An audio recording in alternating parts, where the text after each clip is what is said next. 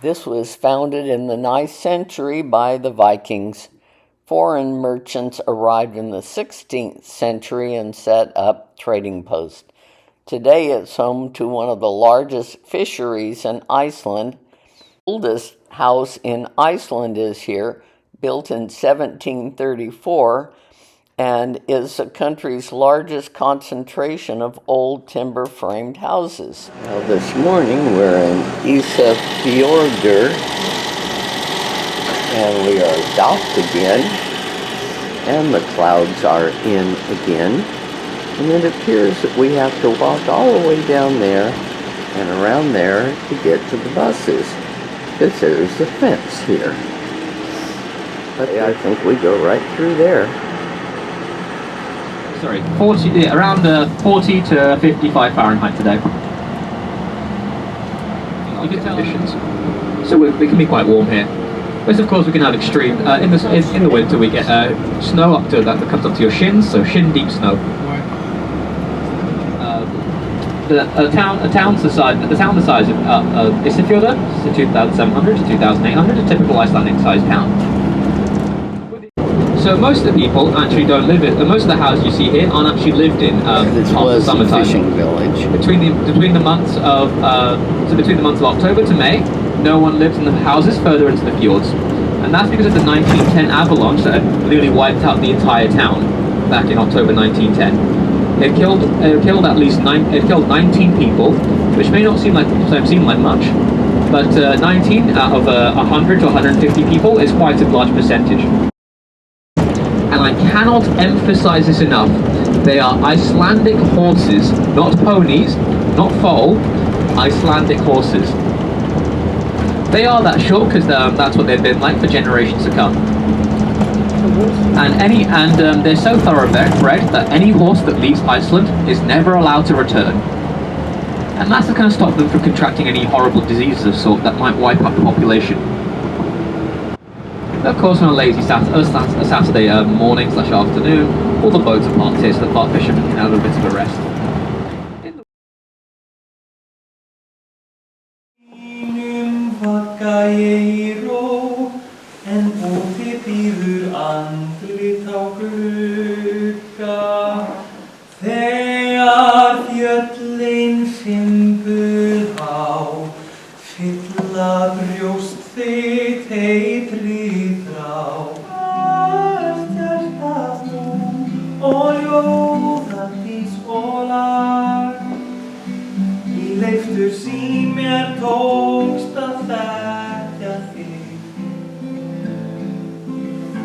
Þennan dag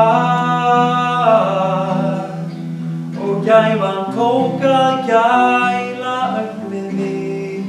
The tunnel was fishing village. We just came through the two towns.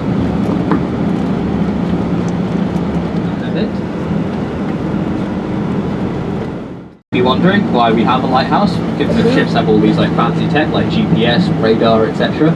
Well, when the conditions are like this or worse, and with the rocky terrain and the danger of crashing into the rocks and the nearby fjords, you'll take all the help you can get.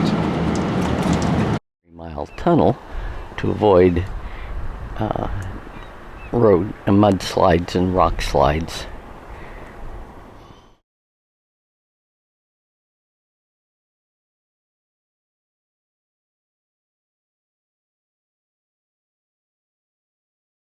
So we've already learned that these sheds were for drying fish. And you can see there's some in there. You can look inside and see the fish drying. Probably millstones of some sort. Or grinding wheat or something. So I suppose it's a typical fisherman's cottage with a sod roof. Here's some of the gear that the fishermen would have had, and this ladder goes up to some equipment for weighing and sorting and stuff. Here's some more goods. A lot of rope. Here's a good view of one of these sod roofed huts. I'm sure that provides pretty good insulation.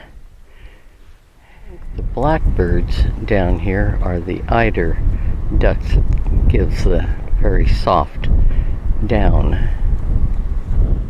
At the end of autumn, something interesting happens. The farmers will gather their friends, families, and any volunteers who'd like to help out, and take part in the Icelandic tradition of running up and down the valley to chase and herd the sheep all the way down. Now they're extending the town itself. That's because we've had a recent bloom in population, thanks to opportunities with the fisheries, aquaculture, research, and of course other tourists coming in wishing to retire here. And so with a recent bloom in population, they need more housing, and so they're building more housing, or they're building more space for housing there. Iceland gained independence on the 17th of June, 1944, and this was roughly around the time when the Germans had occupied Denmark, and so Icelanders were able to gain their freedom and declare their own independent state. And so this troll in particular was rushing home before sunrise. But just as it was on its way home, it decided to take a short break because it was out of breath, because it was quite close to home. And so when it sat down and left a large indent in the mountains, that's what we call the troll seat. Now, science will tell you that that's actually due to large amounts of glaciers, the ice from glaciers weighing down on the mountain there, and then and cutting into the rock, and leaving that shape behind when it melted. But to restore the soil that's nearby. So without the lupin, we wouldn't have been able to grow the trees. In northern Canada. A lot of the trees too are also imported, mostly from Norway.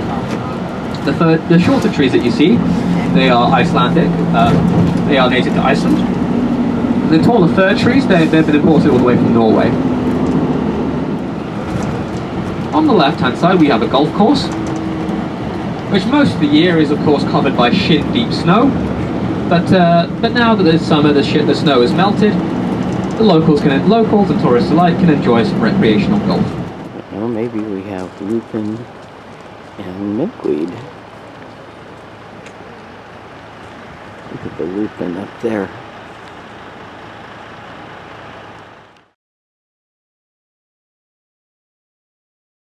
Oh, up close and personal to this beautiful waterfall. Now there's some people that are getting even closer up there, but we don't have time for that. In forests. However, now it's less than 5% covered in trees at all. But we're hoping to change that with the restoration of the soil from the lupin and the conservation of trees. We're hoping to reforestation plans are in order. Here are actually as a result of glacial retreat. So glaciers will have made the crevasses you see in the mountain. That's due to ice cracking in between the mountains. And when the glaciers retreated, they formed these U-shaped valleys, which we call fjords. And most of the mountain here is made of is mostly soil. However, the top layers are from volcanic deposits, and so most of it will be basaltic rock, especially near the top over there. The basalt can be and of course you have some volcanic deposits. The West Fjords itself, as I mentioned earlier, is actually not volcanic. That's because we're about 300 to 400 kilometers away from the tectonic boundary between the Eurasian and the North American line years ago. Volcanism, the West Fjords would have been quite close to the fault line enough to be geothermally active. The plus side of not being geothermally active is that you don't get that horrible kind of sulfur smell from the hot water there. That is our culture house. Well, there's a library there and also an exhibition there. And we're headed back to the ship.